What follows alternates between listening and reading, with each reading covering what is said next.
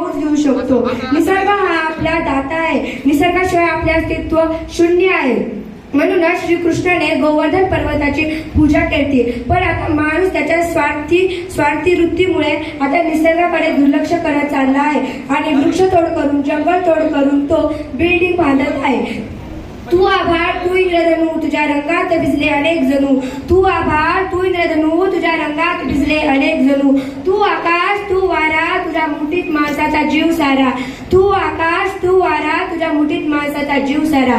निसर्ग हा दानशूर आहे, निसर्ग हा बोलत नाही, तो त्याच्या कृतीतून फळाफुलांनी लगडलेली झाडे वेली पाहिले की मनाला असा आनंद वाटतो।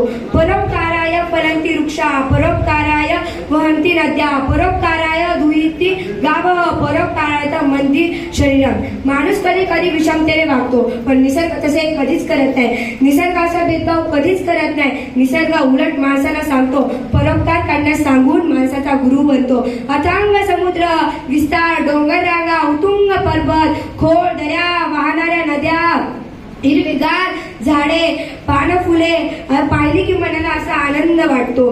उमलणारी फुले, भरभरलेली झाडे पाहिले ना मनाला आनंद वाटतो। त्यांच्या सानिध्यामध्ये, त्यांच्या रंगात, त्यांच्या गंधात आपले मन प्रसन्न होते। आपण आपले दुःख विसरून जातो आणि निसर्ग आपल्याला तसे काही असो भरभरून देते। आपण जर आंब्याच्या झाडाला दगड मारला तर तो आपल्याला आंबाच देतो, दगड फेकून मारत नाही।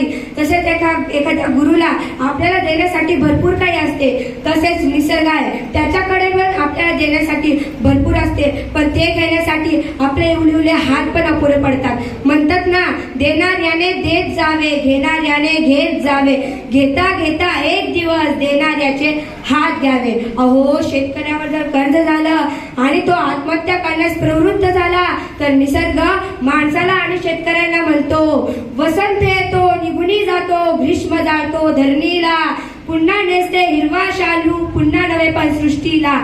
देह जळाला म्हणून धरणी एक सारखी रडते का, मनासारखे सारे काही जीवनात या घडते का। पुन्हा प्रयत्न कर, पुन्हा कामाला लाग। निसर्ग वाचवणे प्रत्येक माणसाच्या हातात आहे।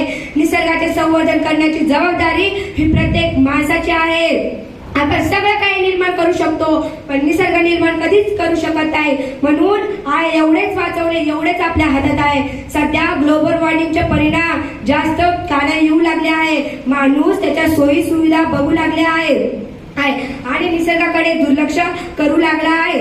आणि मी शेवटी एवढंच सांगेन की निसर्ग माझा गुरु, निसर्ग माझा मित्र, निसर्ग माझी माय आणि मीच त्याचं लेकरू। थँक्यू।